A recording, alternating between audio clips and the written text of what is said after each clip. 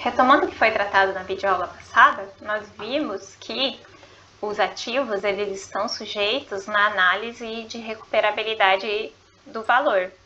E essa análise de recuperabilidade ela está de acordo com o conceito, com a própria definição de ativo, que é um recurso econômico presente, controlado pela entidade como resultado de eventos passados, e por ser um recurso econômico, ele deve ter o potencial de produzir benefícios econômicos. Então, um ativo ele tem que estar mensurado no patrimônio a um valor que represente o potencial que ele tem de trazer benefícios econômicos.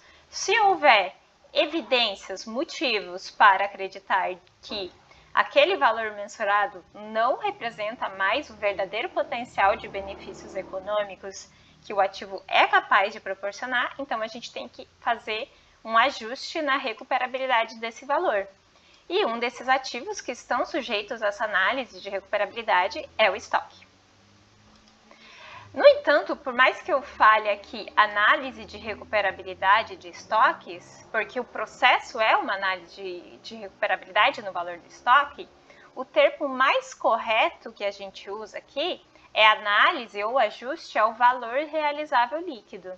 O que é o valor realizável líquido? Então, aqui só para sintetizar, quando a gente ajusta um estoque, a gente ajusta ele ao valor realizável líquido, se esse valor realizável líquido for menor do que o custo. Mas esse processo é um processo de análise de recuperabilidade do estoque. Então, o CPC 16 nos diz o quê? Nos diz que o estoque precisa ser mensurado, então o estoque deve ser mensurado. Então o estoque deve estar reconhecido lá no balanço patrimonial ao seu custo ou valor realizável líquido. Dos dois, o menor.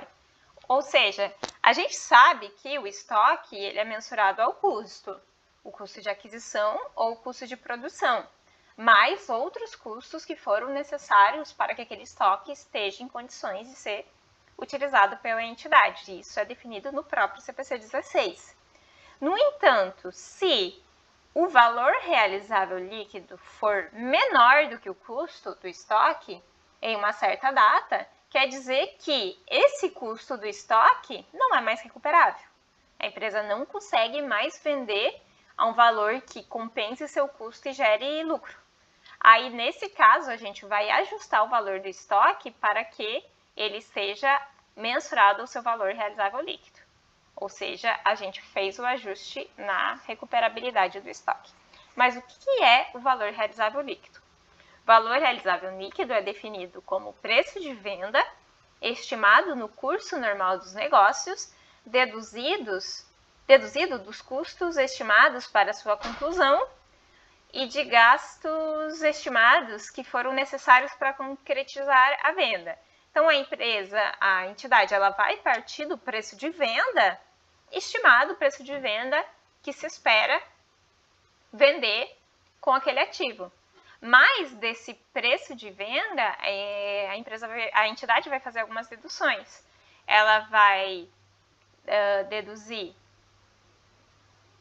Aqui fala do custo de aquisição, não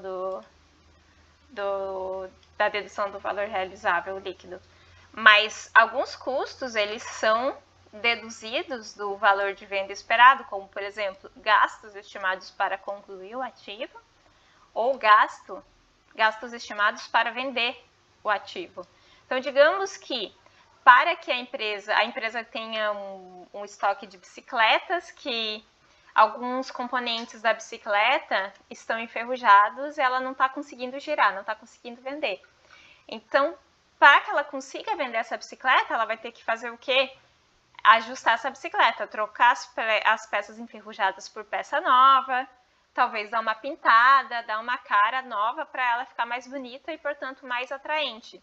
Esses gastos que ela estima ter que incorrer para poder melhorar a bicicleta e, portanto, vendê-la, eles devem ser deduzidos do preço de venda esperado a fim de calcular, mensurar o valor realizável líquido.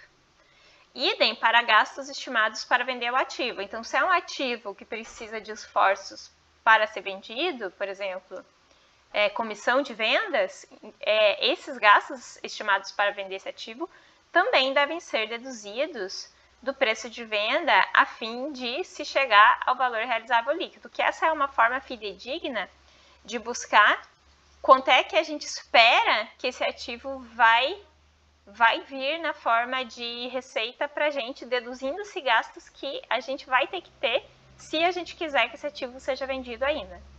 Então, esse é o valor realizável líquido. E repetindo, o estoque ele deve ser mensurado ao custo ou valor realizável líquido dos dois ou menor. A gente vai ver como esse processo acontece por meio de um exemplo.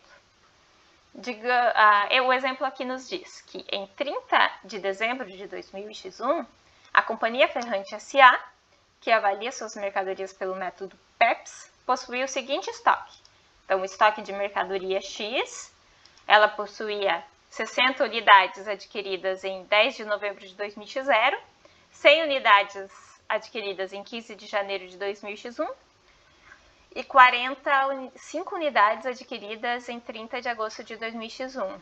Seus valores unitários são 20, 21 e 22 reais, respectivamente, e, portanto, os nossos valores totais são de 1.200, 2.100, 990, que somados nos dão um valor total de 4.290 reais. Então, esse é o valor que o estoque custou, esse é o valor que está registrado lá no balanço patrimonial da Ferrante S.A. Nesta mesma data, a Ferrante S.A. obteve evidências externas de que seus estoques podem ter perdido valor. E quais poderiam ser essas evidências? Como a gente conversou no último vídeo, essas evidências podem ser alguma deterioração no estoque, ou o estoque está perto da data de validade, o estoque caducou, algumas partes do estoque não são legais e ela teria que mexer nos estoques para conseguir vender. Ou a própria questão de demanda. A demanda no estoque reduziu e, portanto, o preço de venda também reduziu. Ou mesmo o aumento dos custos. O aumento dos custos pode ser uma evidência de que aquele estoque pode não ser mais recuperável, sobretudo se o preço de venda não foi ajustado. Então, em virtude dessas evidências, a gente vai mensurar o valor realizável líquido desses estoques.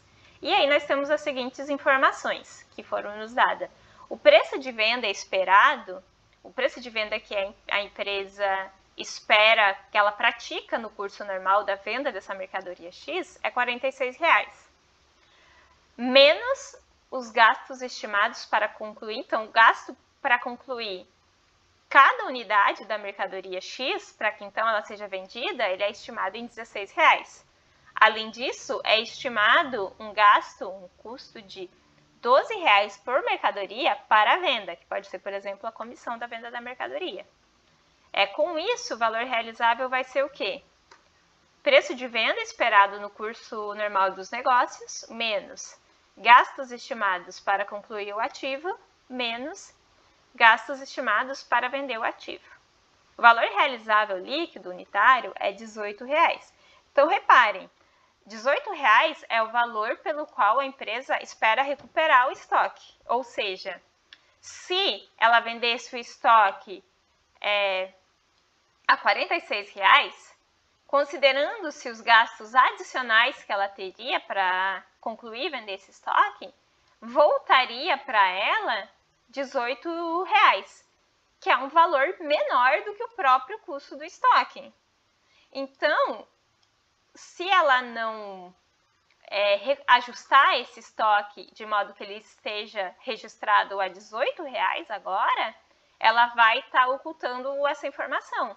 Ela deixa o estoque a valor histórico, que é o valor maior do que o verdadeiro potencial de benefícios econômicos que esse estoque é capaz de proporcionar.